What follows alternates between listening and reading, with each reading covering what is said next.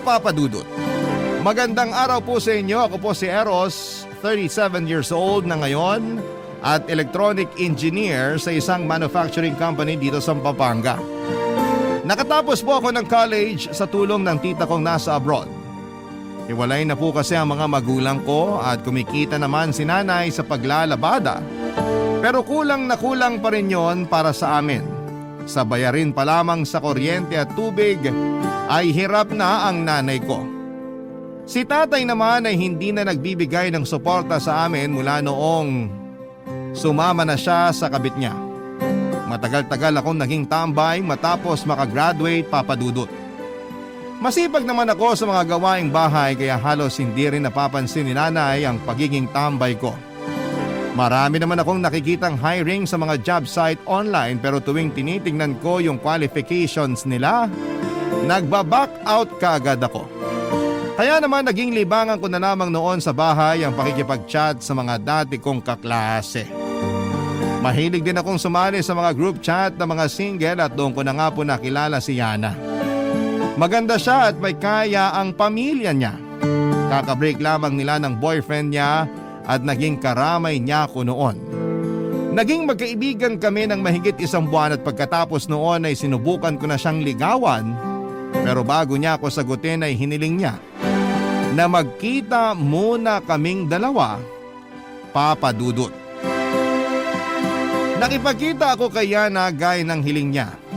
Agad naman niya akong sinagot at mabait siya at galante. Palagi siyang nagbibigay sa akin ng kung ano-anong regalo kahit na wala namang okasyon. Hindi ko naman inililihim sa kanya ang estado ng buhay namin. Wala namang problema yon sa kanya dahil hindi naman daw niya hinahangad na magkaroon ng boyfriend na mayaman para may manlibre sa kanya. Noong 3 buwan na kami ni Yana, may nakilala naman ako sa isa sa mga group chat na sinalihan ko, si Jillian. Maganda siya, mas masayang kausap at mas galante. To the point na pati groceries ko ay sinasagot na niya. Kagaya ni Yana, napaniwala ko rin siya sa mga katangian kong hindi naman totoo. Lalo na sa mga achievement ko na agad niyang nagustuhan sa akin, Papa Dudut.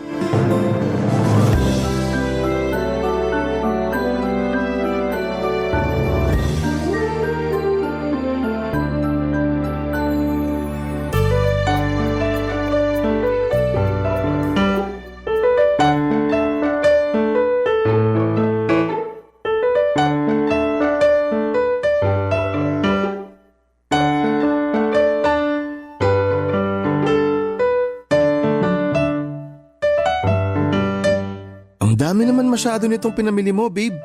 Parang takot na takot kang magutom ako ah. Siyempre naman. Tsaka sabi mo nga, naghahanap ka pa lang ng trabaho. Hindi ka pwedeng magutom. Oh, ang sweet naman talaga ng girlfriend ko. Ganito naman talaga ako kahit sa boyfriend ko dati. Ay, kung kaya ko lang sana maging ganyan ka-sweet eh. Kaso, hindi naman ako mapera kagaya mo. Pagmamahal lang ang kaya ko ibigay sa'yo. Corny ha? Pero seryoso, sabi ko nga sa'yo, hindi ako materialistic. Tsaka, mas gusto ko yung love language mo. Act of service. Mas sweet kaya yun. Ikaw talaga, pinapakilig mo na naman ako. Madali ka lang naman pakiligin. Tsaka, kahit matampuhin ka, ikaw pa rin yung pinakagusto at pinakaminamahal ko sa lahat ng naging boyfriend ko. Naiiba ka kasi sa kanila. Talaga? Oo, lalo na yung pagmamahal mo sa family mo. Ganun naman talaga dapat kapag ikaw yung breadwinner sa pamilya. Nagsasakripisyo ka para sa kanilang lahat. Itong mga pinamili mo, isishare ko sa kanila. Kaya nga kita nagustuhan kasi napaka-responsable mong anak. Sobrang green flag mo. Kaya nga sana, matanggap ka na sa mga ina-applyan mong trabaho. Kung kailangan mo ng tulong ko, sabihan mo lang ako. May alam ako na pwede mong applyan. Pwede mong maging backer yung tito ko. Ha? Naku, wag na. Kaya ko na to. Tsaka gusto kong matanggap sa trabaho dahil pasok ako sa hinahanap nila. Hindi yung meron akong backer. Magaling ka naman kaya ganun din yun. Sabi mo nga 'di ba, isa ka sa mga cum laude sa batch nyo. Kaya kung magkakaroon ka man ng backer, parang pinabilis lang yung proseso pero tatanggapin ka pa rin kahit wala yon. Laki talaga ng tiwala mo sa akin. Pero kaya ko na talaga to. Ako nang bahala sa paghahanap ko ng trabaho. Sige, sabi mo eh. Basta kung may kailangan ka, sabihin mo lang sa akin. Kung gusto mong humiram ng pera, hindi problema yon. Talaga? Kahit magkano? Well, kung hindi naman aabot ng 6 digits yung hihiramin mo, then why not? Ang bait mo talaga, babe. Napakaswerte ko sa'yo. Ay, hindi ko na tuloy alam ang gagawin ko kung wala ka. Girlfriend mo ko at hindi rin malabo na tayo na talaga forever. In 2 or 3 years, baka maisipan ko nang magpakasal sa'yo. Kasal? Oh, bakit? Huwag mong sabihin hindi ka pa handang magpakasal. Tapos ka na mag-aral. Nasa legal na edad ka na rin, so anong problema? Ano kasi, syempre wala pa akong maayos na trabaho, tsaka hindi ba masyadong mabilis kung magpapakasal na agad tayo? Babe, 2 years yung pinag-uusapan natin. After 2 years pa, hindi pa bukas, kaya kumalma ka, okay? Ikalma mo rin kasi yung desisyon mo sa buhay.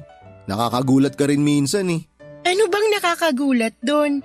Sigurado naman tayo sa isa't isa, diba? Oo nga, pero... Pero matagal pa yon, kaya okay lang na hindi na muna natin pag-usapan. Huwag ka mag-alala, wala naman akong balak na pikutin ka. Magpapakasal tayo kapag pareho na nating gusto at pareho na tayong handa. Okay ba yon? Oo, yan. Ganyan. Tsaka malay mo, after 2 years, maganda na yung trabaho ko. Hindi malabong mangyari yan kasi never ka namang sumuko sa mga bagay-bagay. Lalo na sa akin. Paano ko naman susukuan yung babaeng isa sa mga dahilan kung bakit pinipili ko pa ring mabuhay? Kita mo na? Paano naman kita hindi papakasalan kung ganyan mo ako kamahal? Tama na nga, papunta na sa kabaduyan to eh. Ha? Wala. Sabi ko, baka lang gamin na tayo.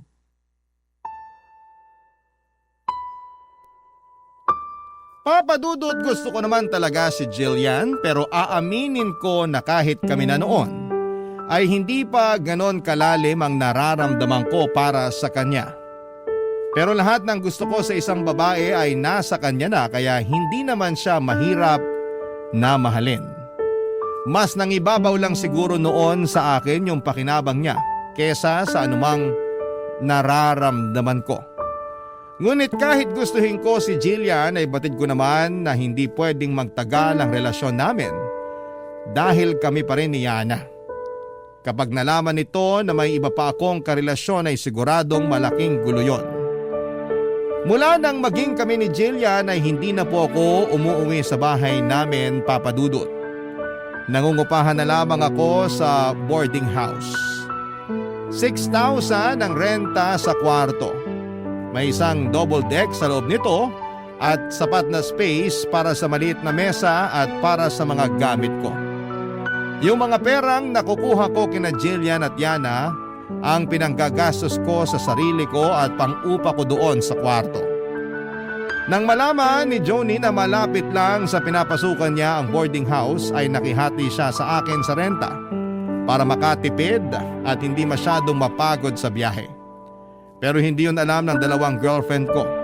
Ang alam nila, umuwi ako sa amin at tinutulungan ko ang pamilya ko. Nag-aabot naman po ako noon kay nanay kahit kaunti para makatulong kahit papaano, pero mas malaki talaga ang gastos ko, lalo na kung para sa aking skincare routine. Malinis at maalaga po ako sa katawan, kaya kahit nadadagdagan ng edad ko ay hindi yon nahahalata, Papadudot. Sa mga unang buwan na pinagsasabay ko sina Yana at Jillian ay medyo naging smooth pa yon dahil wala naman silang nahahalatang kakaiba sa ikinikilos ko. Isa pa ay patas din ako sa kanila pagdating sa oras. Mabuti na lamang at pareho silang may trabaho kaya hindi kami madalas na nagkikita. Pero yung kaibigan ko ang tila konsensyang palaging bumubulong sa akin, Papadudot.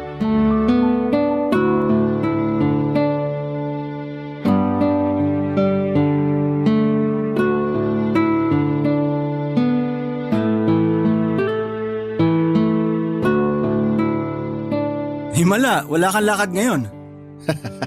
Huwag ka excited. Bukas pa. Sinong kasama mo? Si Yana o si Jillian? Sino pa edi mas galante? Si Jillian. Ibang klase ka talaga, tol. Lakas mo dun sa dalawa. Pero hindi ko kaya yung galawan mo. Ang sabihin mo, pangit ka lang talaga, kaya hindi ka pwede sa mga ganitong diskarte. Sus, di naman nakaka-proud yung ganyang gawain. Parang low-key na scammer ka niyan eh. Kapag nalaman talaga yan ng kahit sino sa kanilang dalawa, ewan ko na lang kung saan ka pupulutin. Nag-iingat naman ako. Nag-iingat ka nga, pero hindi ka man lang ba nakukonsensya? Tol, pinaghihirapan din nila yung perang binibigay nila sa'yo. Alam ko, pero maayos naman yung buhay nila eh. Sobra yung pera nila sa pangangailangan nila, kaya hindi masama kung isi-share nila sa akin yun. Buti na lang, pareho silang galante. At ikaw naman, poging na sobrahan sa kapal ng muka. Ay, hindi pala. Para kang libro na pangit yung content, pero maganda yung book cover. Ipagmayabang mo ba namang cum laude ka at achiever kahit hindi? Grabe naman to. Kaibigan ba talaga kita? Baka naman mamaya, ilaglag mo ako sa dalawang yun ha? Hindi malayong mangyari yun kapag hindi ka pa nagtino. Tagal na kitang inaayang mag-apply dun sa pinapasukan ko ah. Magpapasa ka lang ng requirements, siguradong tanggap ka na. Kung ako nga napasang awa lang pero natanggap, ikaw pa kaya? Tapos ano, sasahod ako ng wala pang 20,000 buwan-buwan? Kulang na kulang sa akin yun. At least may sarili kang pera. Hindi na lang ako magtatrabaho, lalo na kung ganyan lang kaliit yung kikitain ko. Sayang ang pagod ko sa ganyang klaseng sahod. Mas malaki pa yung natatanggap ko kina Jillian at Yana pag pinagsama ko eh.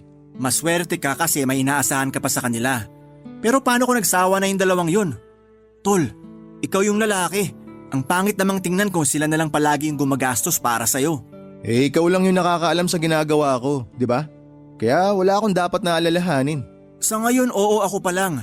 Pero kapag may iba nang nakaalam nito, tapos yung kalokohan mo. Pati ikaw, tapos ka rin. Ang malala niyan, baka ipakulong ka pa nila sa laki ng natanggap mo mula sa kanilang dalawa. Hindi ko kailangan matakot. May kapalit naman lahat ng binibigay nila eh. Pinapasaya ko sila. Alam mo, hirap kasi sa kanilang mapepera, masyadong malungkot yung buhay. Siyempre ako tong walang-wala pero handa naman akong pasayahin sila. Gets mo? Kita mo naman di ba? Hulog na hulog silang dalawa sa akin. Tsaka lalo na pag nangangailangan sila ng kasama tuwing gabi, lagi naman akong available eh. Kadiri ka. Kulang na lang maging pokpok ka dyan sa ginagawa mo. At least hindi ko na kailangan ng mamasang. Hindi ko kailangan tumambay sa kalye tapos may bubugaw sa akin. Babae na mismo ang lumalapit. Kaya kung ako sa'yo, manahin mo tong style ko. Walang kapagod-pagod at walang kahirap-hirap pero buhay na buhay. In short, batugan ka. Praktikal pare, hindi batugan. Praktikal. Kung ipaglalaban mo yan, ngayon pa lang mag-ipon ka na ng pampiyansa. At kung di mo kaya, dadalawin na lang kita ron. At least doon, hindi mo na kailangan magbayad ng renta. Sira ulo, hindi ako makukulong. Bago pa man nila ako mabisto, makikipaghiwalay na ako sa isa sa kanila. Kanino? Kaya na? Pwedeng siya, pwedeng si Jillian. Depende kung sino sa kanila yung unang magiging sakit sa ulo. Pero hanggat pareho silang maayos kausap, pareho silang matino, walang problema. Ay, bahala ka. Basta ako magkatrabaho na lang ng maigi. Makaranas man ng mataas na sahod o hindi, mahalaga, wala akong nilolokong tao. Kaya ka nagigipit kasi masyado kang maprinsipyo.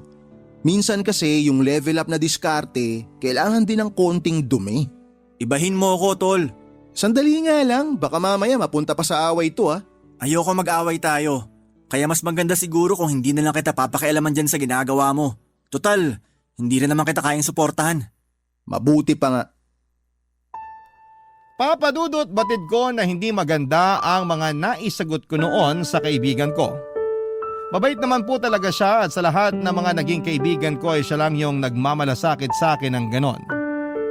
Palagi niya akong kinokontra kapag may ginagawa akong mali pero hindi niya rin naman ako ipinapahamak. Komplikado ang sitwasyon na pinasok ko pero handa naman akong panindigan yon at wala rin akong balak na idamay ang kaibigan ko.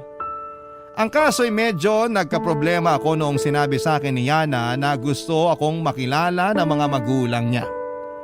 Ayoko pa sana dahil hindi pa ako handa pero hindi na ako nakatanggi noong nag-set up na siya ng date para makilala ko ang parents niya na parehong nasa medical field.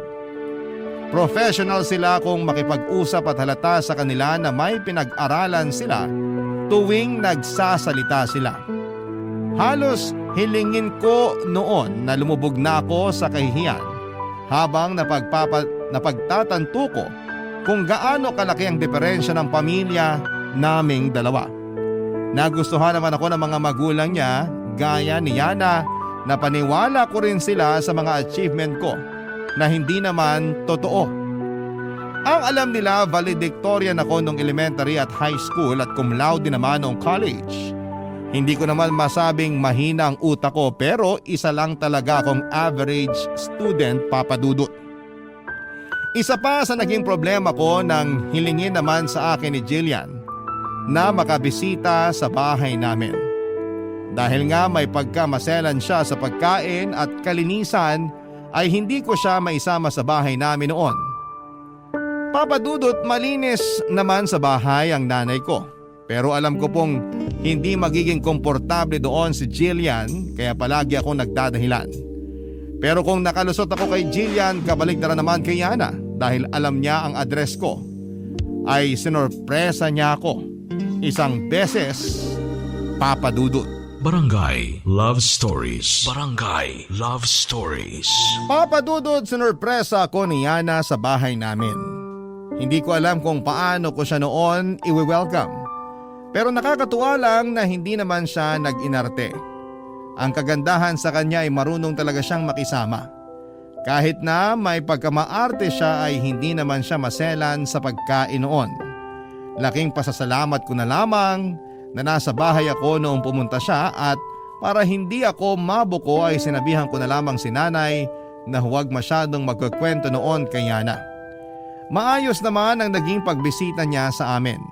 Sinabi niya na wala naman akong dapat na ikahiya dahil malinis naman ang bahay namin at mabait naman ang nanay ko.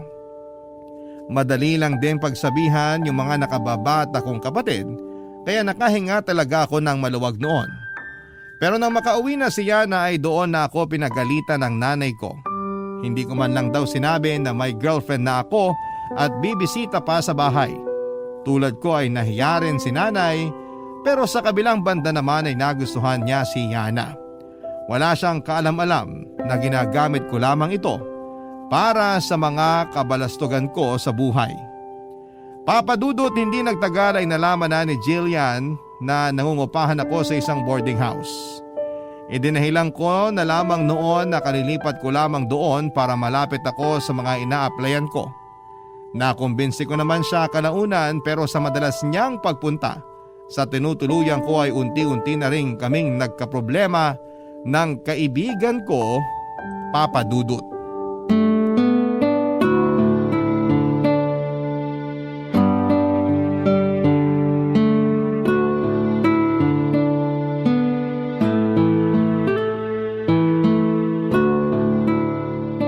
Uy, tol. Parang ang tahimik mo naman yata masyado. Maninibago ako sa'yo. Nasabi ko na nung nakaraan na hindi na ako makikialam sa mga ginagawa mo. Pero tol naman, kahit konting respeto lang naman sana. Anong pinagsasabi mo dyan? Yung madalas sa pagpunta ni Jillian dito, wala namang problema sa akin hanggat hindi ako nakakagambala sa privacy nyo. Pero yung nangyari kagabi, hindi na tama yun tol. Nasa iisang kwarto lang tayo at double deck pa tong hinihigaan natin. Kahit hindi ko kayo nakikita kasi nasa itaas ako, alam ko kung ano yung ginagawa nyo. Yun ba? Pasensya na tol. Hindi lang talaga napigilan. Kung gusto nyo maglampungan, mag-check-in na lang kayo. Sa halip na makapagpahinga na ako pag uwi ko rito, napupuyat pa ako sa pag-alog ng higaan ko. Pasensya ka na talaga. Hindi ko naman kasi mapagsabihan si Jillian na wag na muna pumunta rito eh. Kung gano'n naman pala, edi sana sinabi mo kaagad sa akin, pwede naman ako maghanap ng malilipatan. Kaya ko mag-adjust basta may maayos lang na usap. Hindi yung nagbabastusan tayo rito. Teka nga sandali tol. Ano yung sinasabi mong nagbabastusan? Parang sobra ka naman yata magsalita. Ako? Sobra? Nakita mo ba ako nagdala ng babae rito? Tapos nakipag-sex this oras ng gabi habang nagpapahinga yung kasama ko sa kwarto? Tol, may pagkamaloko rin ako. Pero may respeto ko sa mga taong kasama ko. Kapag alam ko nga na kailangan nyo ng privacy, lumalabas na lang ako minsan eh. Pero ikaw, parang nakalimutan mo nang makisama. Di ikaw na marunong makisama. Isa lang naman ang solusyon dyan eh. Kung di mo na ako kayang pakisamahan, di umalis ka na. Alam mo, sa totoo lang, hindi pa kikisama yung kailangan mo ngayon. Ang kailangan mo, yung taong kasing bastos mo. Tsaka sa pagkakaalam ko, may karapatan naman ako magreklamo kasi nagbabayad din ako ng renta dito. Pero sige, para wala nang gulo, aalis ako. Pagbigyan mo lang ako kahit hanggang sa Sabado. Pagka-uwi ko, hahanap na ako ng malilipatan ko. Yan, ganyan. Tama yan. Baka sakaling kapag mag-isa ka na, maintindihan mo na rin ako. Naiintindihan kita. Kahit nga hindi ka nakainti-intindi, ako na lang yung nagpapasensya. Ang kaso, masyado ka na nagiging mayabang at makasarili. Alalahanin mo tol, hindi mo sariling pera yung ginagasta mo. Kung yung mga bagay nga na pinaghirapan, mabilis lang mawala. Yung sayo pa kaya na galing lang sa dalawa mong jowa? Heto na naman tayo sa mga lecture mo eh. Tapos na tayo mag-aral, Junie. Tigilan mo ako sa mga ganyan mo. Pero natuto ka ba? Sa ginagawa mo para kang walang pinag-aralan eh. Buti pa nga yung mga tindera sa bangketa, yung mga kargador sa palengke. Nagtitiis sila kahit maliit lang yung kinikita. Pero marangal naman yung trabaho nila. Samantalang ikaw na may pinag-aralan, nagpapalaki lang Isang beses pa na insultuin mo ako, kakalimutan ko talaga na magkaibigan tayo. Talaga?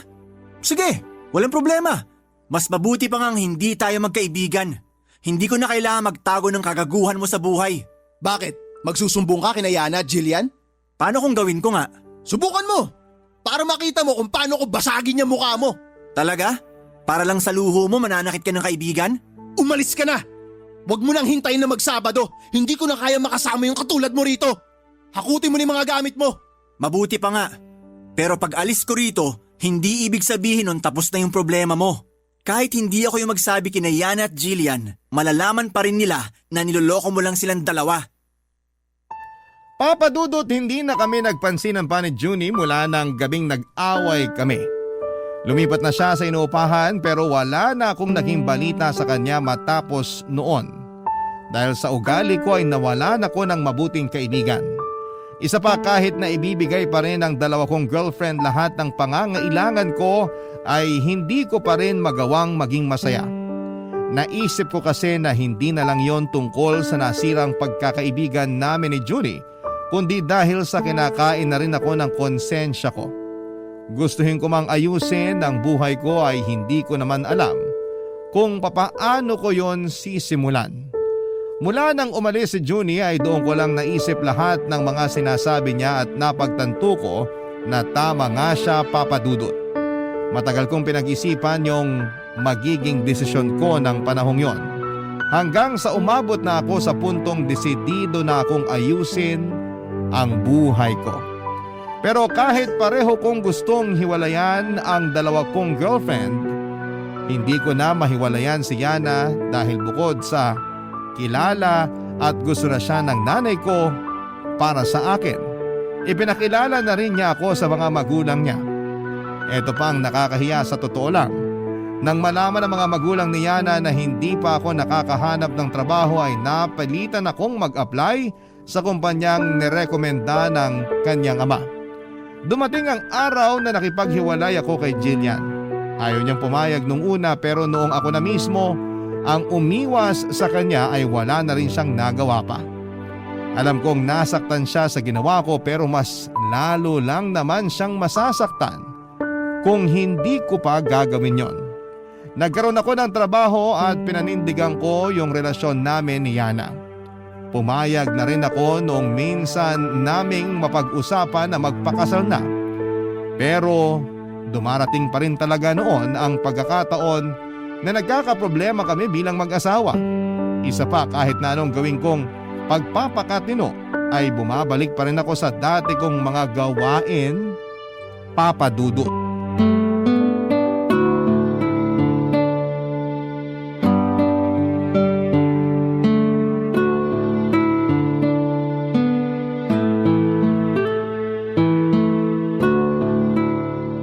Han, mukhang malalim yung iniisip mo.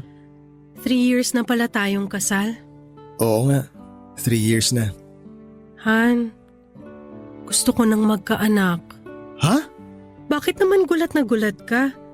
3 years na tayong kasal, Han. Tsaka gustong gusto na rin ni mami at daddy ng apo. Pagbigyan naman natin sila. Han naman, hindi pa ganun kalaki yung ipon ko. Hindi ko pa kayang gastusan yung para sa panganganak mo pag nagkataon. Buti sana kung papayag ka ng mga anak sa public hospital. Kung pera lang yung pinoproblema mo, ako nang bahala ron. Tsaka sa tingin mo ba, papayag yung parents ko na mga anak ako sa public hospital? O tapos ano? Sasabihin ng mga magulang mo na ako yung asawa mo pero sa kanila ko inaasa yung gasto sa panganganak mo. Bakit ba parang ang sama-sama ng tingin mo sa parents ko? Kasi magkaiba tayo ng estado sa buhay. Ako galing ako sa sobrang hirap na pamilya. Kayo, ni minsan sa buhay nyo, hindi kayo nakapag-ulam ng toyo at mantika. Tsaka alam mo sa totoo lang, lagi ako nanliliit tuwing tinatanong ako ng daddy mo tungkol sa pamilya ko. Wala namang kaso sa amin kahit na mahirap kayo. May narinig ka bang pangiinsulto sa parents ko? Wala naman, di ba? Tinulungan ka pa nga nila na magkatrabaho eh. Ay oo nga pala, tinulungan nila ako. At habang buhay ko ng utang na loob yun sa kanila. Hindi mo yun utang na loob. Ikaw pa rin naman yung nagtatrabaho, hindi sila. Tulong yun. Tsaka never naman silang nanumbat eh. Kahit na. Basta hindi pa ako handang magkaanak tayo. Hayaan mo muna makapag-ipon ako. Kung ihintayin pa kitang makaipon, baka hindi na tayo magkaanak. Paano mo naman nasabi yan? Hindi mo ba talaga alam kung bakit? O nagmamaang-maangan ka lang? Ay, alam ko na kung saan papunta tong usapan na to. Kaya tigilan mo na to. Okay? Please naman, Han. Kahit isang anak lang. Kaya naman kitang bigyan pero wag muna ngayon. Mahirap bang intindihin yun? Oo. Sobrang hirap mong intindihin. Lahat naman ginawa ko na para sa'yo. Ito lang yung hinihiling ko pero hindi mo pa ako mapagbigyan? Han, hindi lahat ng hiling na pagbibigyan agad. So kailan pa? Ako na lang ba palagi ang mag-a-adjust para sa ating dalawa? Ayoko na makipagtalo, okay? Magpahinga na tayo. May pasok pa tayo bukas sa trabaho. Hindi! Pag-uusapan natin to ngayon. Please, wag ka nang makulit. Tsaka na lang natin pag-usapan yung pagkakaroon ng anak. Kung hindi mo ako pagbibigyan sa gusto ko, maghiwalay na lang tayo. Ano? Hindi mo narinig? Maghiwalay na lang tayo. Huy, ano ka ba? Napaka-OA mo naman. Hindi ka lang pinagbigyan sa gusto mo, makikipaghiwalay ka na? Kasi lagi na lang ikaw yung nasusunod sa relasyon nating to. Mahal kita, alam mo yun. Pero sa ipinaparamdam mo sa akin ngayon, parang hindi ka pa rin sigurado sa akin kahit kasal na tayo. Ikaw lang yung nag-iisip na may problema tong relasyon natin. Hindi! Matagal nang may problema. Matagal na ako may alam pero hindi ko sinasabi kasi ayoko mawala ka sa akin. Ha? Anong ibig mo sabihin? Alam kong nambababae ka. Wala akong babae. Huwag ka nga nang bibintang. Hindi ako nang bibintang, alam mo yan. Hindi ko alam yung sinasabi mo. So sinungaling yung mga mata ko? Hindi totoo yung mga nabasa ko sa phone mo? Pinakialaman mo yung phone ko? Bakit ka nangingialam ng personal na gamit? Hindi yun yung punto ko. Yung punto ron, matagal mo na akong niloloko. Kung ano man yung nakita mo, wala lang yon. Madalas lang ako makipagbiruan sa mga katrabaho ko. Kaya please lang, huwag kang gumawa ng issue. Papadudot, dahil sa naging pagtatalo namin noon ni Yana ay matagal din kaming hindi nagkibuan. Iniwasan naman niyang makarating pa yon sa mga magulang niya dahil alam niyang makikialam ang mga ito sa aming dalawa. Pinag-isipan ko naman ang hinihiling niya pero hindi ko pa talaga nakikita ang sarili ko noon na magkakaroon na bumuo na ng pamilya. Isa pa, pagkatapos ng kasal namin ay napag-usapan naming hindi muna kami magkakaanak. Kaya naman nagulat din ako nang bigla na lamang yung hiniling sa akin ni Yana. Pero aaminin ko po, Papa Dudut, tama naman si Yana. Tama ang ibinibintang niya sa akin na hanggang sa pagkakataong yon ay nambababae pa rin ako. Ginagawa ko pa rin noon yung ginagawa ko sa kanilang dalawa ni Jillian. Gaya ng sinabi noon ni Junie, para akong libro na hindi naman kaaya-aya ang laman pero may magandang book cover. At yung book cover na yon ay lahat ng kasinungalingan ko para magmukha akong kagusto-gusto at perfect para sa mga babaeng pinopormahan ko. Kaya madali ko silang mapa-impress. Pero sa katagalan ay unti-unti akong kinarma, Papa Dudut. May nakaaway ako noon sa trabaho at nagkasakitan kami. Yon ang naging dahilan kaya natanggal ako sa kumpanya. Hindi ko yon pinaalam kay Yana at sa halip na maghanap ng bagong trabaho ay nakipagkilala na lamang ulit ako sa mga babaeng alam kong makakatulong sa akin sa pinansyal na aspeto ng buhay ko. Mas nahihiya kasi ako sa mga magulang ni Yana kesa sa kanya mismo. Ayoko naman na wala akong pang-share sa mga gastusin namin sa bahay. Lalong ayoko na mapansin ni Yana na wala na akong trabaho. Kaya araw-araw ay umaalis pa rin ako sa bahay, Papa Dudut.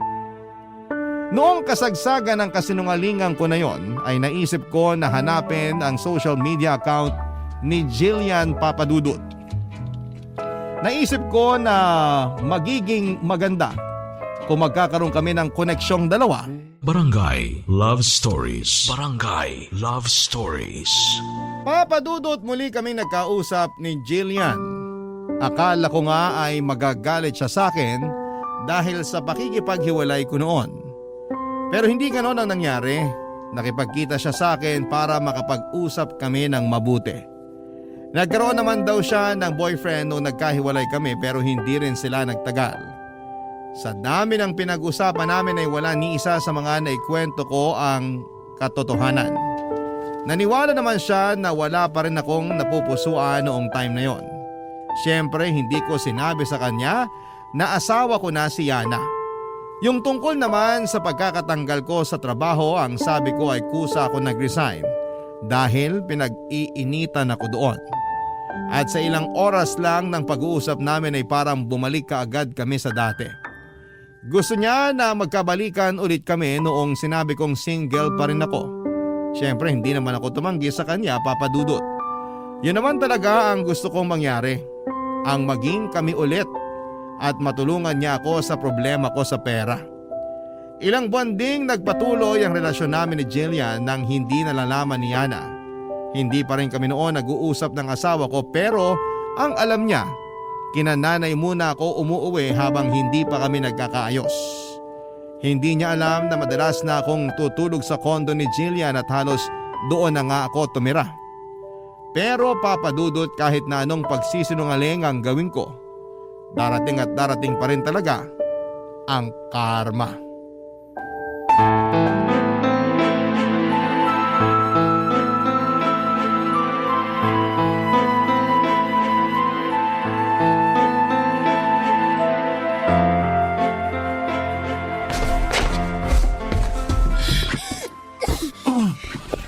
Ano ba yun?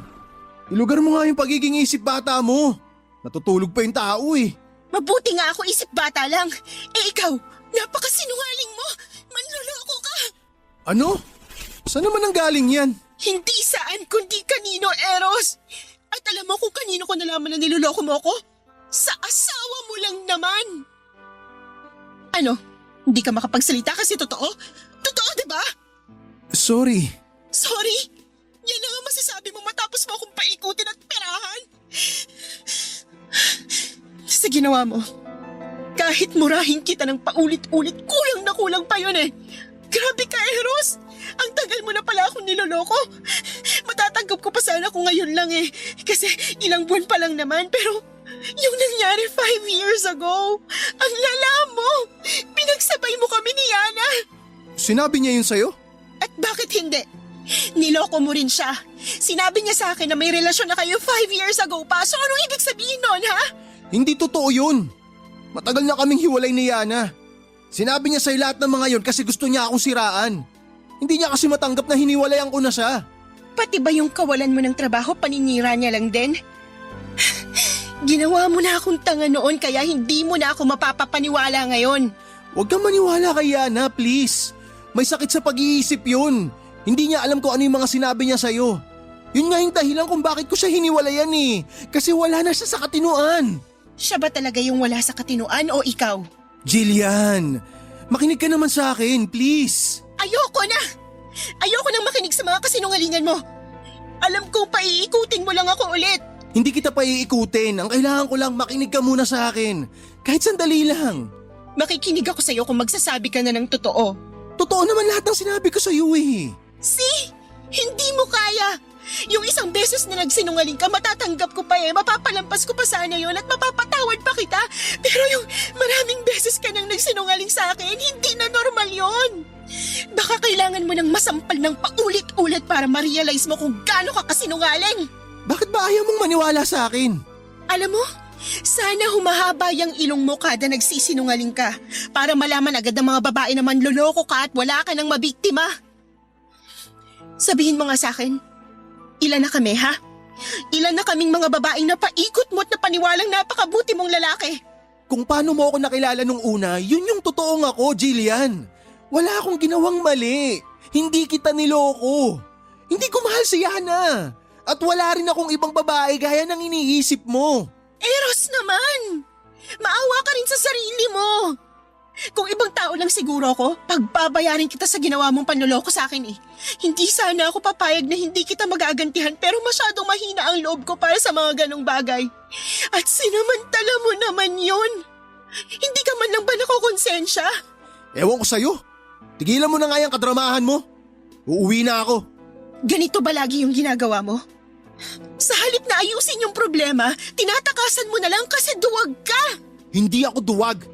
At mas lalong hindi ako manloloko gaya ng ibinibintang mo. Kaya kung wala ka ng magandang sasabihin, aalis na ako. Ito na rin yung huling beses na magkikita tayo. Ang kapal ng mukha mo! Ikaw pa talaga yung may lakas ng loob na sabihin yan?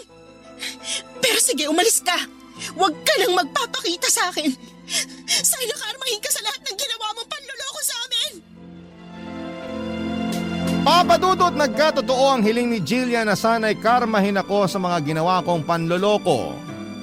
Bumalik ako noon kay Yana pero hindi na niya ako tinanggap muli. Pinalayas niya ako sa apartment na tinutuluyan namin at sinabi na rin niyang makikipaghiwalay na siya sa akin. Sinubukan ko, Papadudot, na bumalik sa pamilya ko. Akala ko ay itataboy din ako ng nanay ko kagaya ng ginawa sa akin ni Yana at Jillian. Pero tinanggap niya ako matapos kong sabihin sa kanya ang katotohanan. Yun pa lang ang unang beses na nagsabi ako ng purong katotohanan sa tanang buhay ko. Pero ni katiting na panghuhusgay wala akong nakita sa mga mata ni nanay. Pinatawad niya ako kahit matagal ko silang pinabayaan, Papadudot. Tinanggap niya ulit ako bilang anak niya at yon ang nag-motivate sa akin para ayusin na talaga ang buhay ko. Nang matanggal ako sa trabaho ay nahirapan akong makahanap muli ng bago. Pero para hindi ako matenga ng matagal sa bahay at makatulong sa nanay ko kahit papaano ay ibinenta ko yung ibang mamahaling sapatos, sombrero at alahas ko na galing kina Yana at Jillian. Kalahati ng pinagbentahan noon ay ibinigay ko kay nanay. Bumili naman ako ng second-hand na laptop na magagamit ko sa trabaho kung sakali. Saka po ako naghanap ng online job, Papadudot. Pinasok ko ang freelancing. Nagtuloy-tuloy ito hanggang sa makaipon ako ng paunti-unti. Binigyan ko ng maliit na puhunan si nanay mula sa maliit na naipon ko para makapagsimula siya ng maliit na tindahan. Nangako ako na palalakihin pa namin yung tindahan pag nagtuloy-tuloy ang swerte ko sa trabaho. Mahigit kalahating taon na rin po ang lumipas noon na hindi kami nag-uusap ni Jillian. Tuluyan na kaming nawala ng komunikasyon pero hinahanap ko ang social media account niya kung saan niya ako in-unfriend. Alam ko na hindi niya agad mababasa ang message ko pero nagpapadala pa rin ako ng mensahe sa kanya para humingi ng tawad. Umaasa ako na kahit na hindi niya i-accept ang message request ko ay mabasa niya ang mensahe ko. Papadudot, tungkol naman sa asawa ko, ilang beses ko na siyang sinubukang amuin. Pinuntahan ko siya sa apartment na tinitirhan namin noon pero hindi na pala siya roon umuuwi. Hanggang sa nalaman ko na lamang na bumalik na siya sa mga magulang niya. Pero sa kabila ng pag-iwas niya sa akin ay hindi ko siya sinukuan. Gumawa ako ng paraan para magkalapit kaming dalawa, Papadudot.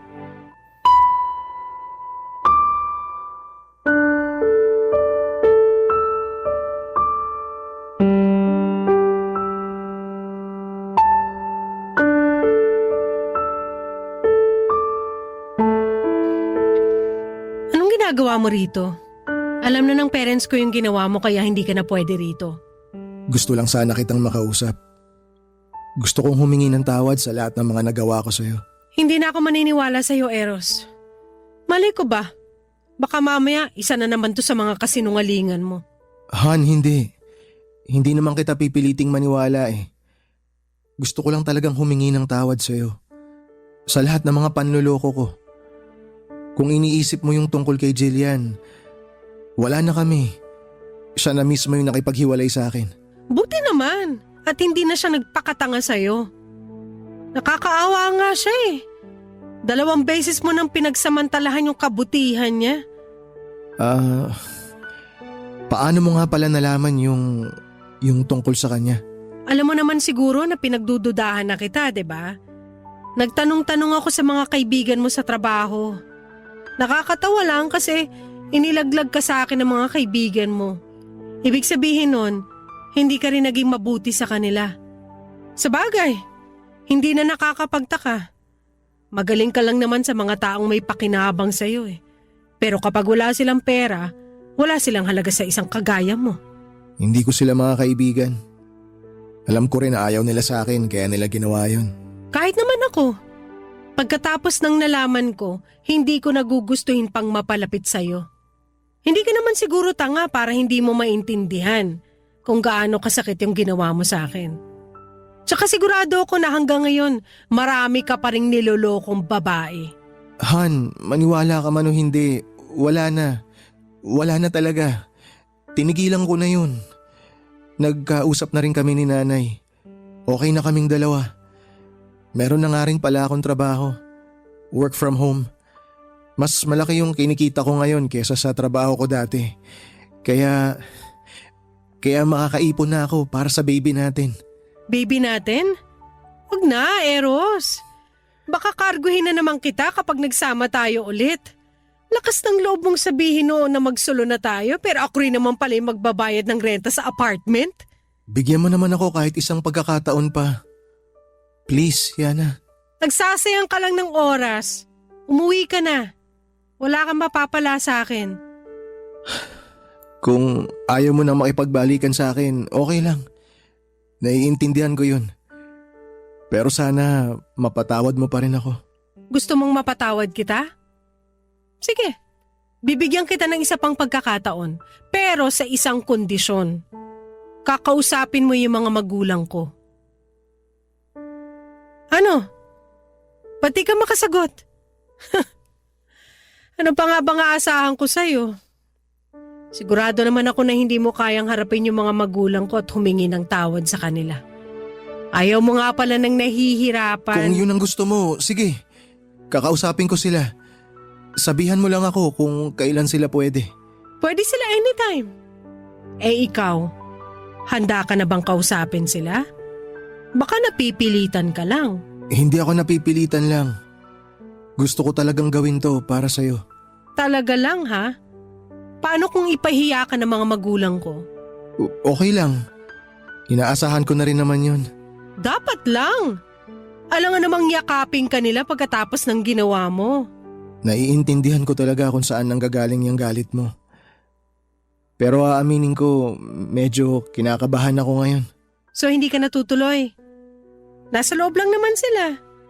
Kaya ngayon pa lang, sabihin mo na kung makikipag-usap ka sa kanila o hindi. Tutuloy ako. Kakausapin ko sila. Good! Kapag pinatawad ka ng parents ko, saka lang tayo mag-uusap ng tungkol sa atin. Hindi lang kasi ako yung niloko mo eh. Gustong-gusto ka pa naman ng mga magulang ko tapos pati sila dinamay mo sa mga kasinungalingan mo. Naging mabuti sila sa'yo. Tsaka sana pag kinausap mo na sila, magpakatotoo ka naman. Ito na yung huling chance mo. Kaya kapag hindi ka nila pinatawad, huwag ka nang umasa na magkakaayos pa tayo. Papadudot, kahit kabadong-kabado ako ng gabing yon ay hinarap ko ang mga magulang ni Yana. At gaya nga ng inaasahan ko ay galit na galit sila sa akin, lalo na ang daddy niya. Nakatanggap po ako ng mga masasakit na salita mula sa kanila, pero hindi ko na yon dinamdam pa dahil karapatan naman nilang magalit. Nag-iisang anak kasi nila si Yana kaya ganoon na lamang ang pagmamahal nila sa asawa ko. Matapos naman ang sermon at pagpapaamin nila sa akin, kumalma na rin noon ang mga magulang niya.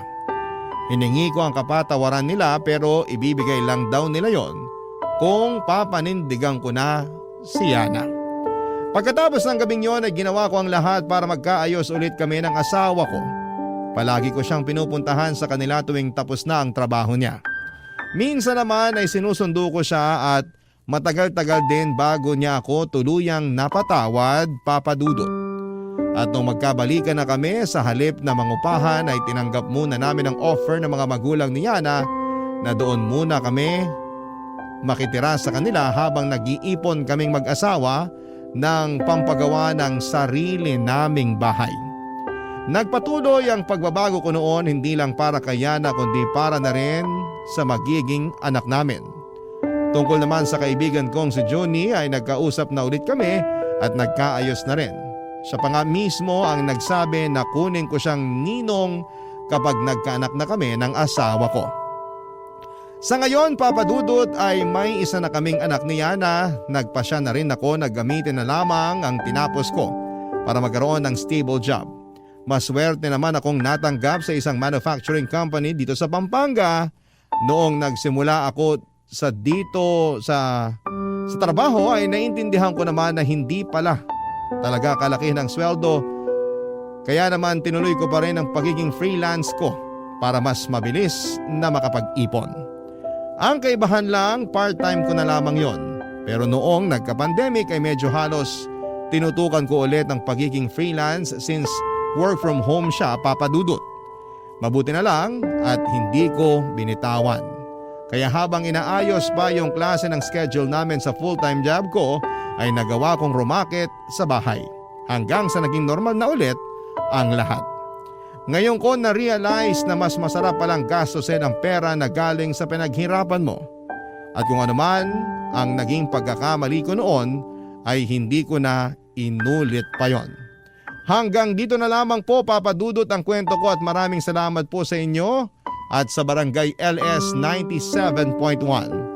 Ang inyong forever kapuso at kabarangay, Eros. Dear Papa Dudut, handa ka bang makipagtalo sa oras, wag lang mawala ang taong nagpapalimot sa iyo sa oras? Ako nga pala si Fatima, 30 anyos. Solong anak sa pamilya, lumaking may malaking takot sa Diyos. Lumaking mapagmahal na anak. Lumaking mapagmahal sa magulang. Maswerte nga akong may tuturing dahil napunta ako sa mga magulang na hindi pabaya at marunong magmahal at maging responsable. Hindi kasi lahat ay nabibiyayaan ng ganitong klase ng mga magulang. Kaya naman ginagawa ko ang lahat para maipakita ang lubos kong pasasalamat sa aking mga magulang. Hindi na ako nagkaroon ng kapatid dahil ayon sa aking mga magulang ay hindi na kinaya ng matres ng nanay ko ang magdala pa ng isang sanggol sa mundong ito. Kaya siguro ako nabusog sa pagmamahal at atensyon dahil wala akong naging kahati sa mga magulang ko. Yon ang nakikita kong magandang resulta kapag solong anak ka lamang. Mahal na mahal ko ang mga magulang ko, Papa Dudut. Sa kanila ko natutunan na may forever nga. Kung makikita nyo lang kung paano sila nagmahalang dalawa, akala mo'y mga binata't dalaga pa lamang sila. Kung pwede ko lang i-post sa Facebook Reels ang mga paglalambingan at harutan nila. Baka nakarami na ako ng mga shares at stars. Kaya lang pinakiusap ng mga magulang ko lalo na si tatay na gawin naming pribado ang mga kaganapan sa pamilya namin. Alam nyo ba yung sinasabi nilang evil eye? Baka raw kasi ma-evil eye na mga inggit ang magandang mga nangyayari sa amin. Ayaw ko namang mawala at masira ang magandang pundasyon ng pamilya namin. Kaya ang mga magagandang moments ng pamilya ko ay sa amin lang din talaga umiikot.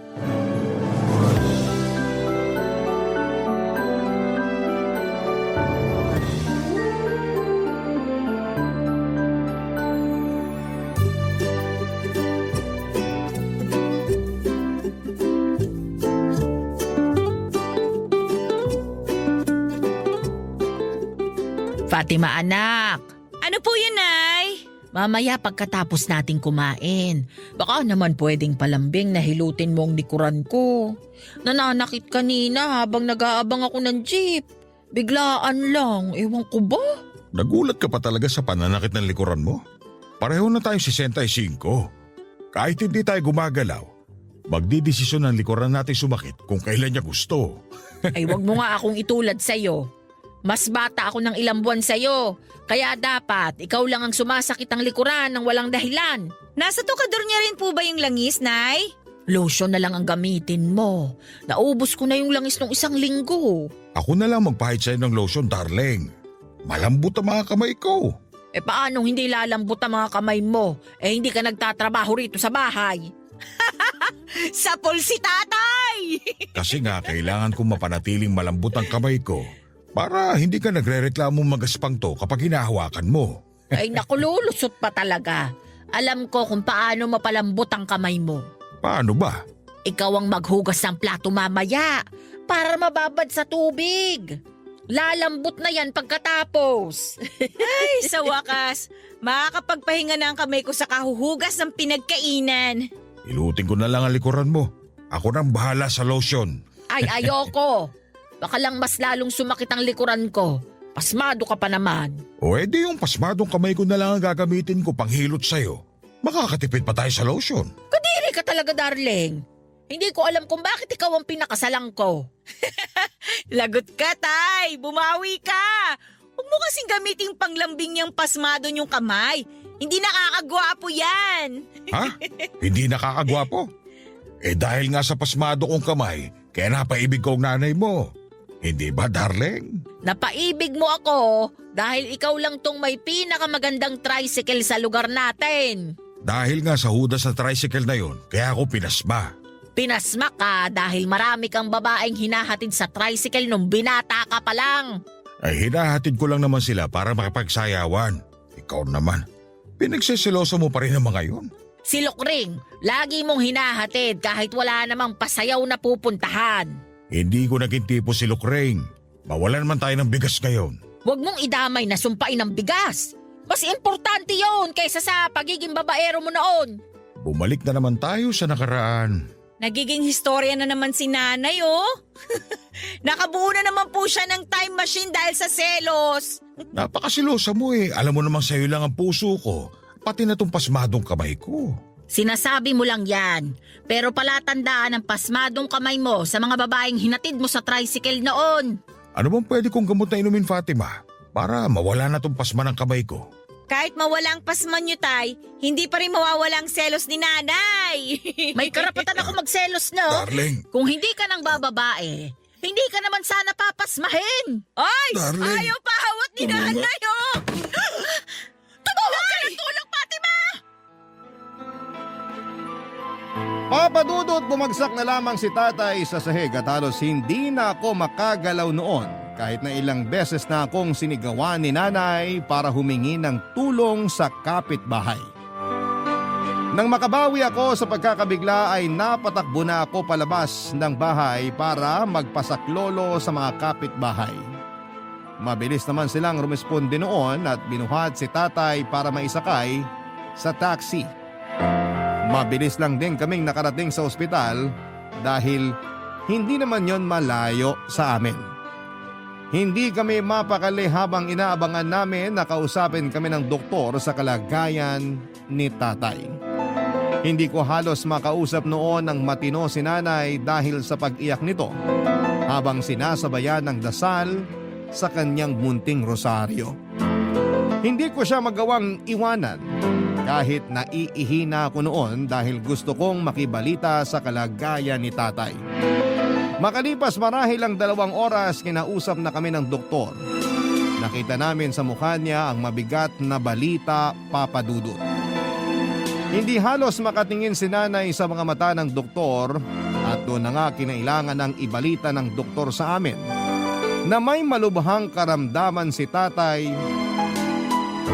at nagbigay pa ng taning sa kanyang buhay. Hindi nakaimik si nanay, Papa Dudut. Nagpalakad-lakad ito sa hallway ng ospital at parang nawawala na sa sarili niya. Ako na lang ang kinausap ng doktor patungkol sa mga dapat gawin para sa kalagayan ni tatay. Nakinig ako mabuti kahit punong-puno ng lungkot at takot ang puso ko. Pagkatapos noon ay sinabihan kami na manatili si tatay mananatili si tatay ng 3 araw sa ospital para sa iba pang mga check-up. Sa ospital na rin kami nanatili ni nanay para madali kaming masabihan ng mga doktor sa kailangan para kay tatay. Makalipas ang 3 araw ay pinauwi na kami. Bitbit namin ang mga bilin sa pangangalaga para kay tatay.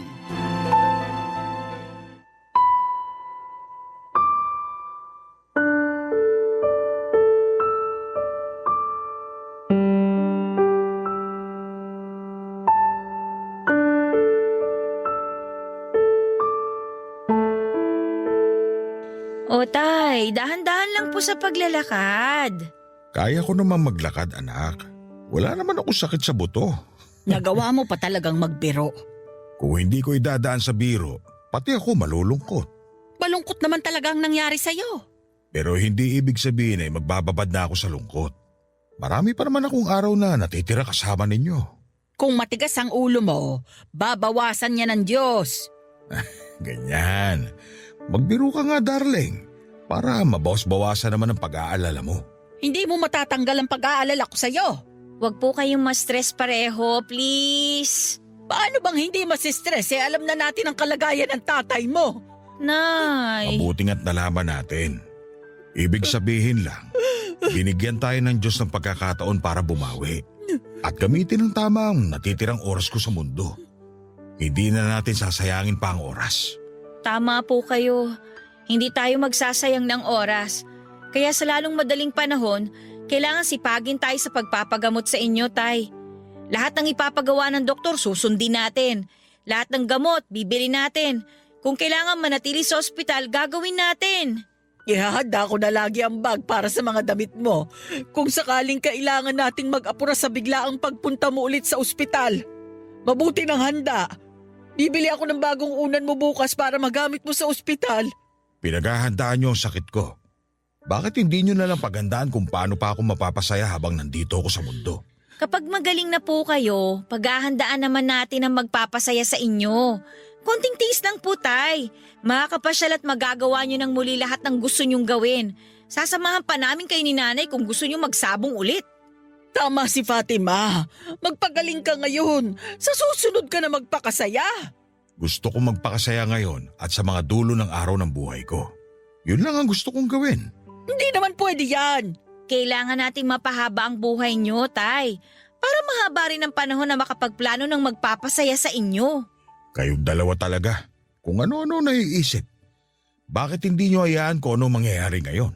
Parang ang gusto mong gawin hayaan na lang namin na kumalat ang sakit sa buong katawan mo. Sa tingin mo ba madali mo kaming mapapapayag dyan sa gusto mo? Na-enjoy ko na ang mundo. Masaya na akong umabot sa ganitong edad. Hindi ka susuko sa buhay. Lalaban ka para sa amin ng anak mo. Gusto ka pa naming makasama. Ayaw mo na ba kaming makasama? Ano bang ayaw kayong makasama? Yun lang ang nagpapalakas sa akin. Ang malamang makakasama ko pa kayo. Kaya nga magpalakas at magpagaling kayo, tay. Magpapa-hospital at magpapagamot kayo. Kung gusto niyo makasama pa kami ni nanay, ha? Ayoko magpa-hospital. Mauubos lang ang oras ko riyan. Gamitin na lang natin sa mga bagay na magpapasaya sa akin.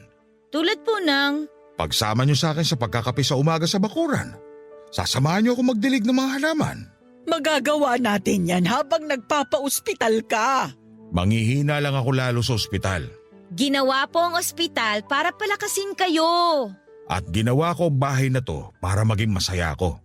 Ito ang pinipili ko. Hindi ang ospital na sinasabi nyo. Hindi na kami nakipagtalo kay Tatay Papadudut.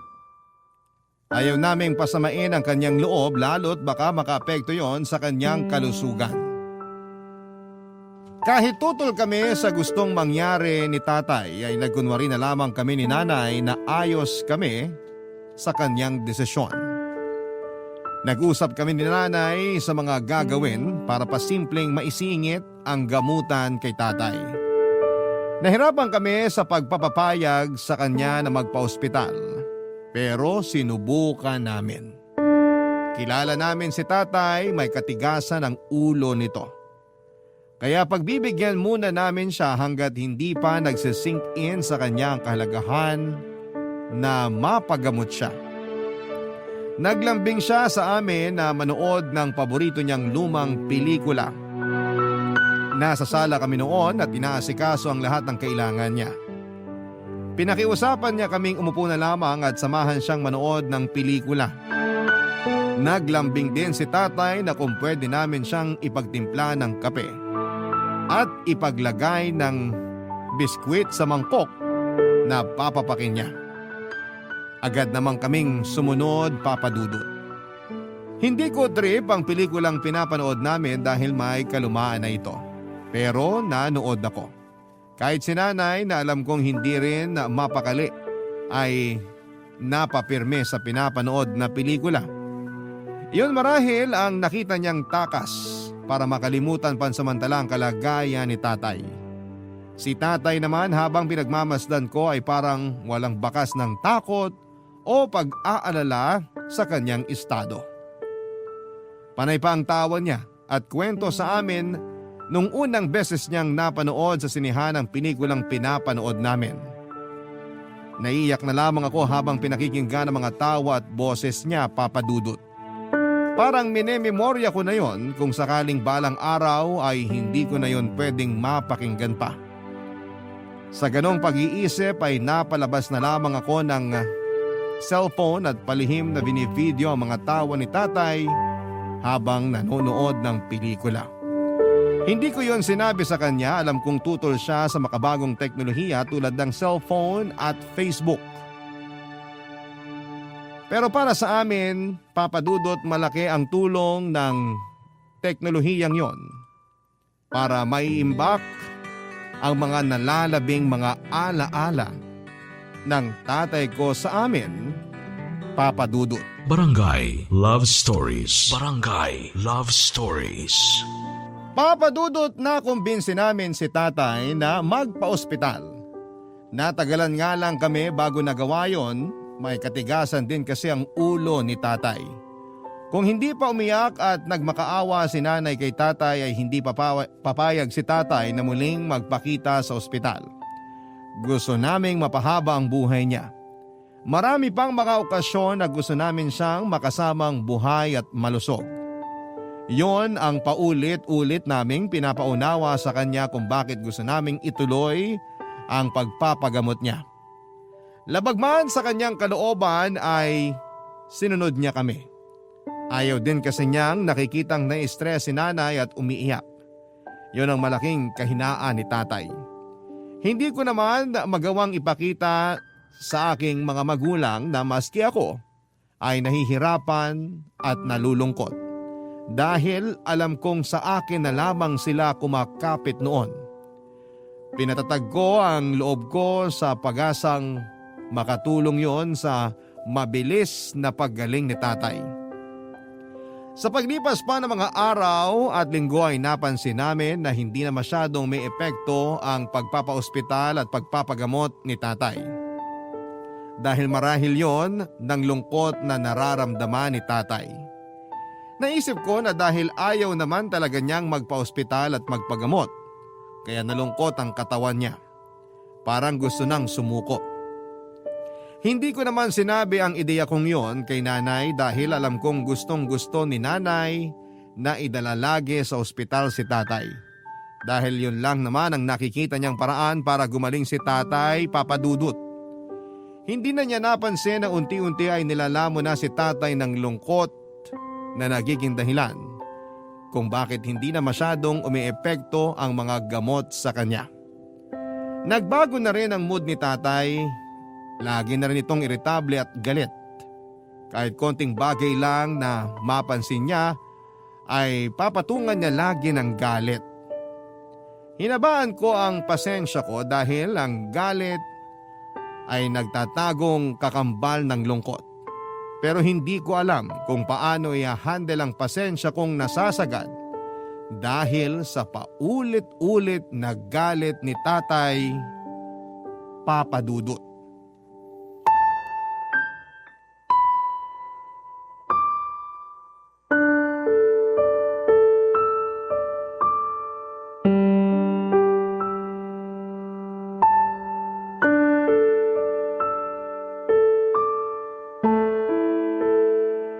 Oh, hindi mo na naman ginalaw ang pagkain mo, darling.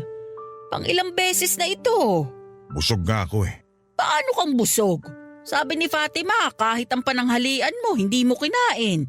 Iniinom mo na lang agad ang gamot mo. Hindi ba yun naman ang gusto nyo? Uminom ako lagi ng gamot. Gamot, gamot, gamot. Sinunod ko naman. Pero Tay, kailangan kasi may laman ng tiyan nyo para hindi humapdi yung sikmura nyo. Para rin umepekto ng mabilis yung gamot. At kailangan mong magpalakas. Pagkain ang tutulong sa'yo para maging malakas. Kumain ka na, darling. Ang dami nyo gusto ipagawa sa akin. Magpalit na lang kaya tayo ng katawan. Kung pwede lang ay ginawa ko na. Alam mo namang mas nahihirapan ako kapag nakikita kang hindi maayos at malusog. Ano magagawa ko? Binigyan ako ng sakit. Hindi ako maayos. Tanggapin na lang natin yon. Ayokong tanggapin na lang kasi gusto kong bumalik ka sa dati. Wala nang babalik sa dati. Ganito na ako. Tay, huwag naman po sanang mawalan ng pag-asa. Andito kami ni Nanay, tinutulungan ka. Nagpapakatotoo lang ako sa kalagayan ko. Alam naming mahirap ang kalagayan mo. At mas lalo nyo pa pinahihirapan dahil sa mga pinipilit nyo sa akin. Masama bang ipilit sa'yo na magpagaling ka? Masama na pinipilit nyo akong magpa-hospital at magpagamot. Hindi naman yun ang gusto ko. Ang sabi mo, gusto mo pang makasama kami ng matagal. Pero hindi ako tatagal kung labas-masok ako sa ospital. Tay, kung susundin natin ang sinasabi ng doktor, gagaling po kayo. Kung susundin nyo ang hiling ko, alam ko kung paano pagalingin ang sarili ko. Sige nga, sabihin mo sa amin ng anak mo kung paano ka magpapagaling nang hindi nagpapatulong sa doktor. Sabihin mo. Hayaan nyo akong mabuhay ng normal, tulad ng dati. Pero hindi na ito tulad ng dati. Alam ko! Pero dahil sa kakapamukha nyo sa akin na kailangan ko magpa-hospital at magpagamot, mas lalo ako nai-stress at nalulungkot. Hindi ako makatulog kakaisip sa sakit ko dahil lagi niyong pinapaalala yung sa akin. Hindi ba pwedeng kalimutan muna natin ang sakit ko? Hindi niyo na ba talaga kayang iparamdam sa akin na ako pa rin ang padre di pamilya na malakas at kaya kayong suportahan? Tay! Hindi yung lagi niyo na lang ako inaalalayan. Ultimo paghinga ko kinababahala ninyo. Sino hindi makakaramdam ng panghihina sa pinapakita niyo sa akin? Nag-aalala lang kami sa'yo. May ibang paraan pa para iparamdam niyo ang pag-aalala niyo sa akin. Hindi itong parang binabantayan niyo ako lagi na huwag lumapit kay kamatayan. Nakakasakal! Nakakainis! Kung pagbibigyan po namin kayong bumalik sa normal, mapapangako nyo bang magiging masaya na kayo ulit? Hindi na magagalit. Yan lang naman ang hiling ko. Hayaan niyo akong mamuhay ng normal. Gaya ng dati. Kahit hindi ko ipangako, magkukusa ang katawan ko maging masaya at malakas. Kung yan ang mapapangako mo, sige. Mangangako na rin kami. Kapag padre di pamilya nga naman ay ayaw mong makita na mahina ka sa harapan ng iyong pamilya. Kahit pa sabihing sugatan na ang isang ama ay kailangan niyang ipakitang kaya niya at malusog pa siya. Andun kasi ang pride niya, Papa Dudut. Yun ang nakalimutan namin ni Nanay tungkol kay Tatay. Buong buhay nakasama namin si Tatay at hindi ito nagpakita ng kahinaan sa harapan namin ni Nanay. Alam naming maraming pagkakataon na itong nagalusan at nalunod sa mga problema. Pero hindi niya yon ipinakita sa amin ni Nanay. Napakatapang ni Tatay. Kaya ang nangyaring pagkakasakit nito ay naging malaking dagok sa kanyang pagkalalaki. Lalo't lantaran naming nakikita yon ni Nanay, Papa Dudut. Kaya siya nalungkot at lagi nagpapakita ng galit. Naunawaan na namin yon ni Nanay. Nasaktan namin ang pride ni Tatay bilang padre di pamilya. Pinag-usapan nga namin yon ni Nanay. Kapag nagpapahinga nun si Tatay ay nag-uusap kami madalas ni Nanay para gawin ang makabubuti para kay Tatay. Alam naming makabubuti kay Tatay ang magpagamot at magpa-ospital. Pero sa napansin namin ay mas lalo lamang siyang nangihina. Hindi kasi yon tinatanggap ng pride niya bilang isang ama. Alam namin na gusto niyang siya ang umaalalay sa amin at hindi ang kabaligtaran. Gustuhin man naming ipaunawa sa kanya na walang kaso sa amin kung kami ang mag-alaga at titindig para sa kanya, pero gusto rin naming alagaan ang pride niya bilang isang padre di pamilya. Sa ganung paraan ay naiisip namin na mas makakayanan niya ang bigat ng dinadala ng kalusugan niya. Mas manunumbalik ang lakas at saya niya. Wala namang masama kung susubukan naming pakinggan ang hiling niya na paghinto sa ospital. Susubukan lang naman, baka sakaling tama nga si Tatay Papa Dudut.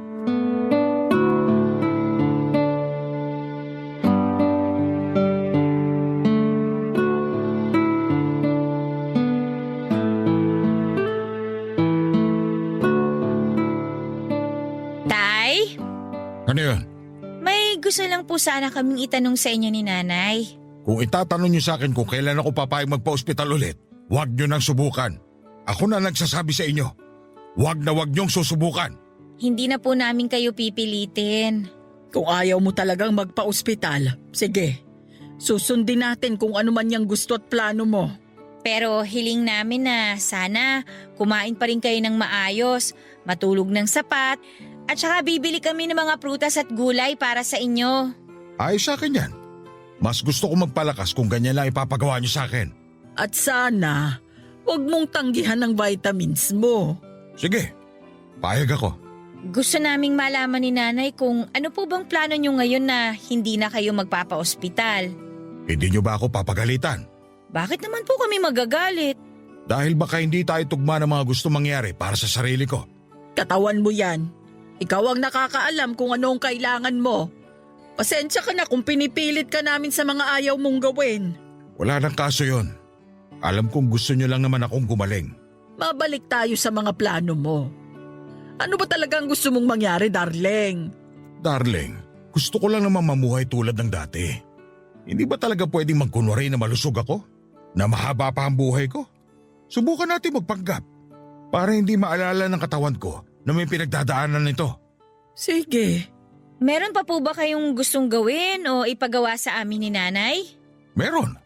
Gusto ko ng isang buwang Pasko. Matagal pa naman ang Disyembre. Mapaghahandaan pa natin yan. Malilinis ko pa lahat ng mga dekorasyon natin sa Pasko. Huwag na natin hintayin ng Disyembre dahil malayo pa yun. Ano pong balak niyong gawin? Gusto ko mag-celebrate tayo ng maagang Pasko. Ngayon din. Ngayon na? Tutulungan kita, darling, sa paglilinis sa mga dekorasyon pang Pasko.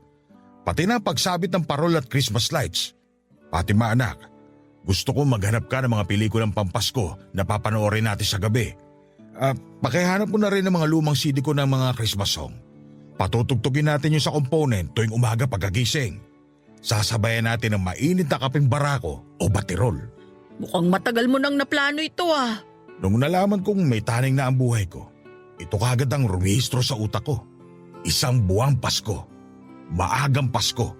Ano, mapagbibigyan niyo ba ako? Oo naman po, Tay. Mukhang pati kami magiging masaya niyan. Nai-imagine ko na yung mainit na baterol sa umaga na sumasabay sa Christmas songs. Magugulat ang mga kapitbahay natin. Baka nga makisalo pa sila sa atin eh. May nagbebenta na kaya ng keso de bola? Ayos na sa akin kahit anong keso. Ipapares ko sa mainit na monay at batirol. Hanap din ako ng hamon de bola mamaya. Sana makabili. Para mas malasahan pa natin ang Pasko. Nagustuhan ko tong plano mo, darling. Nararamdaman na ng katawan ko ang Pasko. Dapat magpalitan din tayo ng regalo, ah.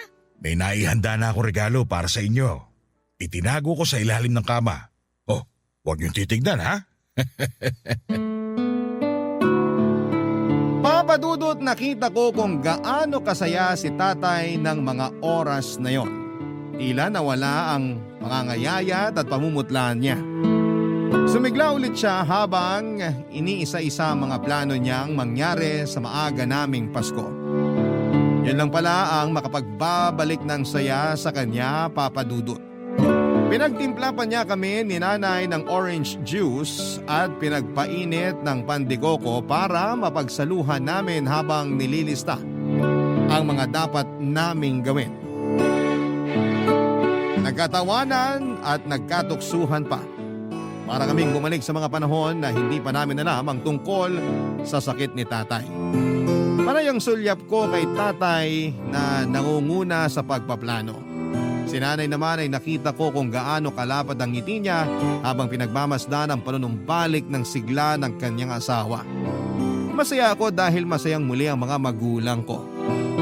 Pasko ng paboritong okasyon ni tatay. Naalala ko na bata pa lamang ako ay siya na mismo ang umaasikaso lahat para sa Pasko. September pa lamang ay nagsasabit na ito ng parol sa labas ng bahay. Chine-check na rin niya kung may napundibang ilaw sa Christmas lights namin. Sinusuklay ng maayos ang Christmas tree namin. Nakalista na rin ang mga balak niyang iregalo sa amin at sa mga inaanak niya. Ganon kung maghanda si tatay sa Pasko, Papa Dudut. Pati ang pagluluto ng Noche Buena ay siya rin mismo ang umaasikaso. Sa ganong paraan siya nabubuhayan at naliligayahan, Papa Dudut. Kaya pala yon ang hiniling niya sa amin noong mga panahong nanghihina at nalulumbay na siya. Pasko pala talaga ang pangbawi niya sa pinagdadaanan niya. Kaya wala kaming pagkatubaling ibinigay sa kanya ang maagang Pasko na gusto ni tatay, Papa Dudut. Barangay Love Stories. Barangay Love Stories.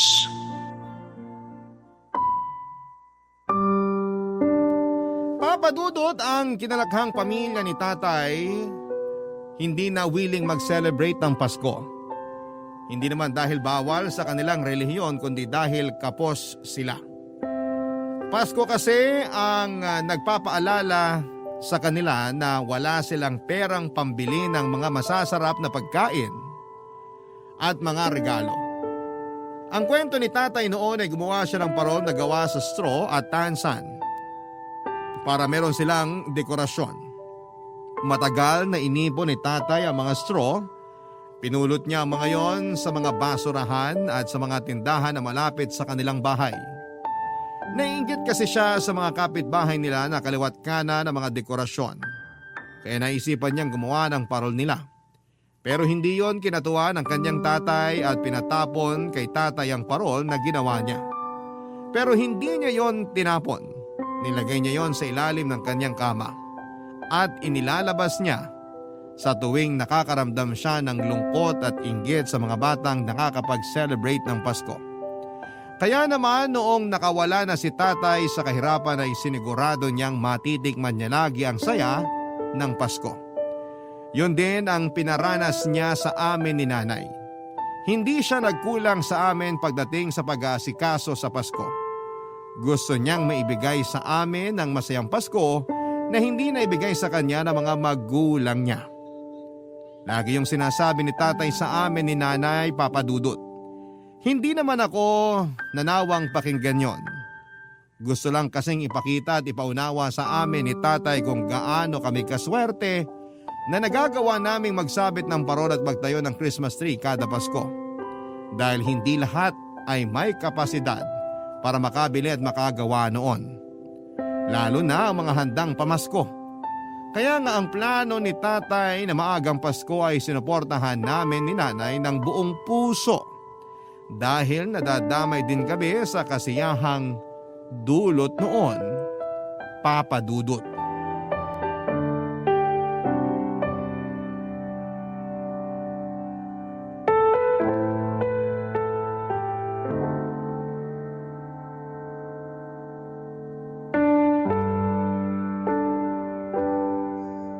Huwag niyo masyadong gagalawin ang Christmas tree natin, ha? Nawawala na ng balanse. Ayusin ko kapag dumaan ako sa hardware. Na-check mo na ba kung gumagana pa rin ang Christmas lights natin? May ilang napundi pero hindi naman pansinin. Pwede pa tayong bumili mamaya. Gusto mo bang sumama? Gusto ko kasi maglagay sa kwarto natin. O sige, kailangan ko ding dumaan sa grocery store para bumili ng handa natin. May pang spaghetti naman tayo mamaya, hindi ba? Kahit yun lang muna ang handa natin ngayong araw. Hindi ako mapakali kapag walang queso de bola. Alam mo namang yun ang paborito ko. Nayo-order na lang ako online para hindi ka na mahirapan sa paghahanap. Ay nako, baka matagalan pa yan bago dumating. Gusto ko nang makatikim mamaya. Yun ang papapaking ko habang nanonood tayo ng pelikulang Pampasko. Sabihan niyo lang ako kung wala kayong mahanap mamaya para maka-order ako online. Ayaw mo bang sumama sa amin ng nanay mo na lumabas? Magda-download pa po kasi ako ng mga kanta at pelikulang Pangpasko para marami tayong mapanood sa buong buwan. Mabuti yan. Pwede bang ikaw na rin maganda ng baterol at monay mamaya? Gusto kong ipares ang hamon de bola sa nilagang kamote na may kahalong keso. Natakam ako bigla sa mga plano mo, darling. Huwag niyo naman ako masyadong gutumin. Magpaplansya pa ako ng mga isusot nating terno eh. Ay oo nga pala. Meron pa sa dulong cabinet namin ng tatay mo yung mga terno nating pantulog na Pampasko. Ilabas mo na rin mamaya. Idamay mo na rin sa paplansyahin mo ha. Para mawala yung amoy ng mothballs. Na-excite na ako sa maagang Pasko natin. Lalo na ako. Sana napalakas ka ng maagang Pasko natin, darling. Mukha bang hindi? Tingnan mo nga't mula nung pumayag kayong i-celebrate natin ng maagang Pasko, parang lumakas na ang pangangatawan ko. Napansin mo ba, darling, na mahimbing na ang tulog ko? Napansin ko nga, para kang sanggol kung matulog. Kung may naiisip pa po kayo tay na gusto niyong gawin para sa maagang Pasko natin, sabihan niyo lang kami ni nanay ha.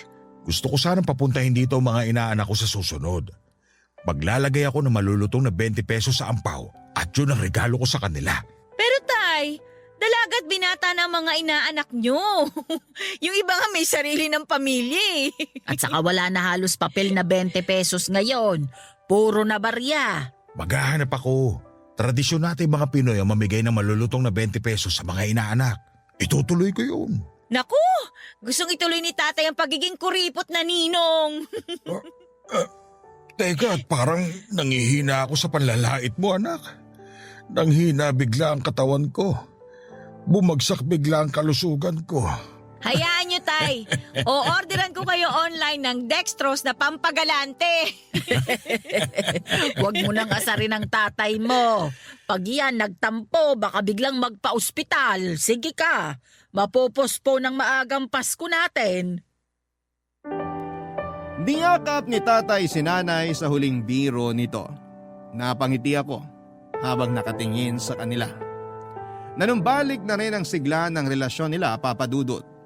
Nagkaroon talaga ng problema sa relasyon nila mula noong nalaman namin ang tungkol sa karamdaman ni tatay. Lalo na nung pinipilit na ni nanay ang mga gamot kay tatay. Madalas silang nagkakatampuhan ng dahil doon. Pero noong pinagbigyan ni nanay si tatay na huwag nang magpa-ospital ay doon na nagsimulang bumalik ang lahat. Bumalik ang giliw nila sa isa't isa, Papa Dudut. Madalas ko na silang nahuhuling naglalambingan sa tuwing nanonood kami ng mga pelikula na nakikita ko ang mga panakaw na halik ni tatay sa noo at pisngi ni nanay. Hindi nawala ang pagmamahalan nila. Nagtago lang noong mga panahong mas inuna nilang ipakita ang galit at lungkot nila. Masaya akong hindi na nagtagong muli ang pagmamahalan nila. Dahil gustong gusto kong nahuhuli yon sa paligid nila. Nagpatuloy ang selebrasyon namin ng maagang Pasko, Papa Dudut. Sinunod namin ang gusto ni tatay na maglaan ng isang araw para sa mga inaanak niya. Alam ng mga inaanak niya at mga kamag-anak namin ang tungkol sa karamdaman ni tatay. Nakwento na rin namin ang dahilan ng maagang Pasko namin. Buo naman ang ipinakita nilang suporta. Natuwa ako na kumpleto ang mga inaanak ni tatay na dumalaw sa amin. Magiliw nilang tinanggap ang malutong na 20 pesos na nakasilid sa angpaw. Sumayaw at nagkantahan pa ang mga ito bago iabot sa kanila ang angpaw. Dahil yon ang nakasanayan ng mga inaanak ni tatay sa tuwing dumadaan sila sa bahay noon para kunin ang kanilang aginaldo. Marami pa kaming ibang ginawang selebrasyon para sa aming maagang Pasko, Papa Dudut. Isa na doon ang pagbibigay ng regalo. Pagkatapos naming kumain ng hamon de bola, nilagang kamote na may keso at fruit salad ay nagsama-sama kaming pamilya sa harapan ng Christmas tree para iabot ang mga regalo namin sa bawat isa. Papa Dudut.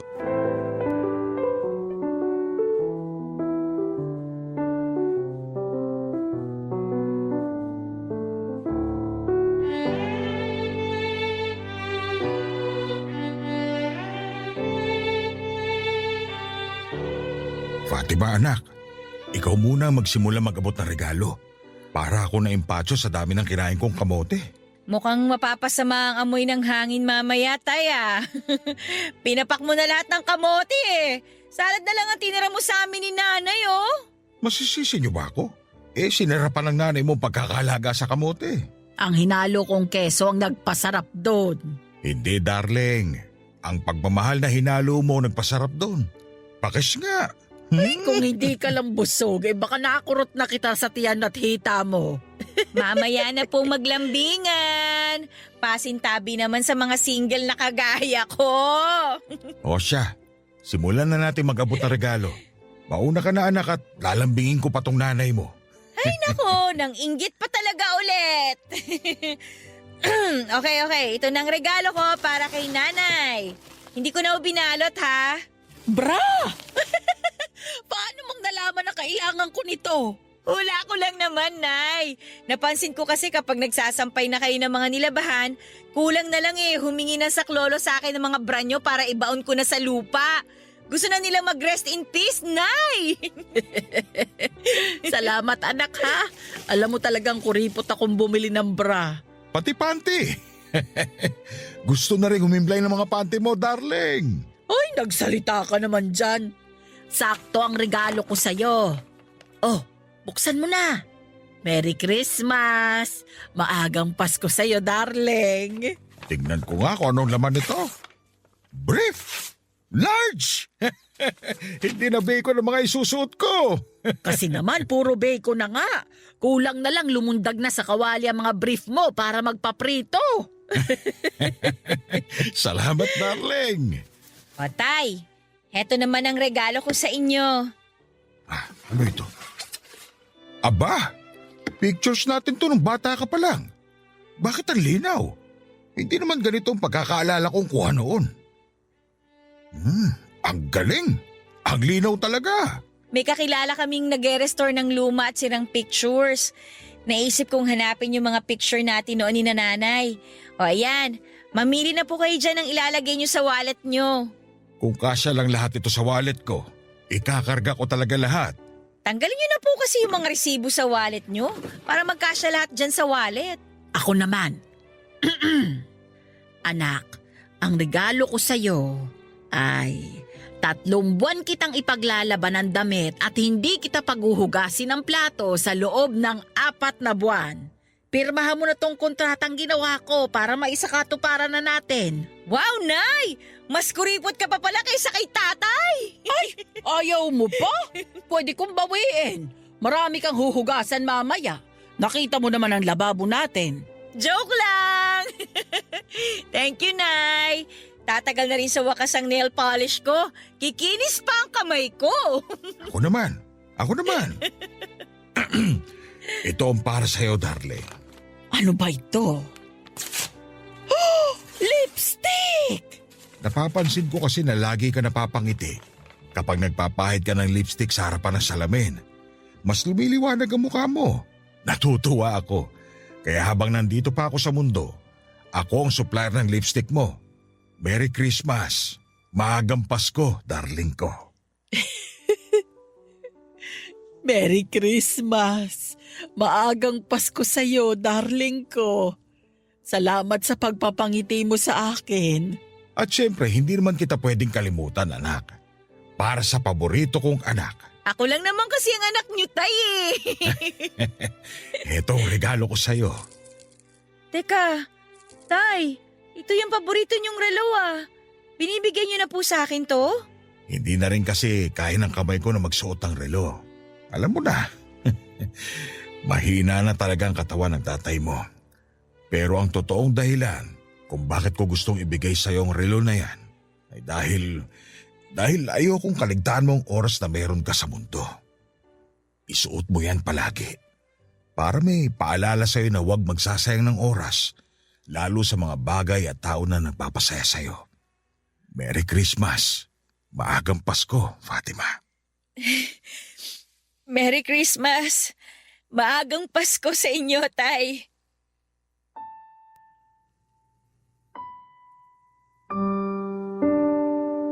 Nagyakapan kaming pamilya, nakangiti pero halatang nagpipigil ng pag-iyak. Iyak na dulot ng sobrang saya dahil nabigyan kami ng pagkakataon na makasama pa si tatay. Pinagmasdan naming muli ang mga regalo namin. Nagpicture din kami gamit ang lumang kamera ni tatay nung binata pa siya. Maalaga si tatay sa mga naging gamit niya nung binata pa lamang siya kaya naggamit pa namin yon. Pinagpatuloy namin ang selebrasyon ng maagang Pasko. Nag-videoke kami ng mga kantang pamasko at nung mapagod kumanta ay hinayaan na lang namin ang radyo ang magpatugtog ng mga malalamyos na awiting pamasko. Masayang masaya kami at hindi ko makakalimutan ang selebrasyong yon. Pakiramdam namin ay nagkaroon kami ng panibagong buhay at panibagong pag-asa para kay tatay. Sa ngayon, may paminsang-minsang atake si tatay na ng karamdaman niya. Hindi naman namin pinaparamdam kay tatay na nababahala kami. Natuto na kami. Gusto naming maging matatag sa harapan niya tulad ng ginagawa niya sa amin mula simula. Kailangan kami ng padre de pamilya namin at hindi kami aalis. Hindi namin ipaparamdam sa kanya na mahina siya. Tanging pagmamahal at suporta lang ang mararamdaman niya. Kung ano man ang maging plano ng Diyos para sa aming ama ay hindi namin yon kinokontra.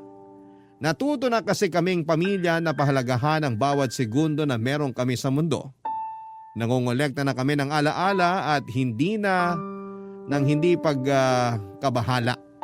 Dahil alam naman naming lahat, tayo ay mamamaalam din sa mundo. Pero sisiguraduhin naming masusulit namin ang bawat minuto na buo kaming pamilya at masayang magsasama-sama kahit na hindi Pasko. Maraming salamat po sa pagbabahagi ng kwento ng katatagan ng tatay ko sa inyong number 1 radio station, Barangay LS 97.1. Muli maraming salamat and Merry Maagang Pasko sa inyong lahat. Ang inyo pong kapuso at kabarangay forever, Fatima.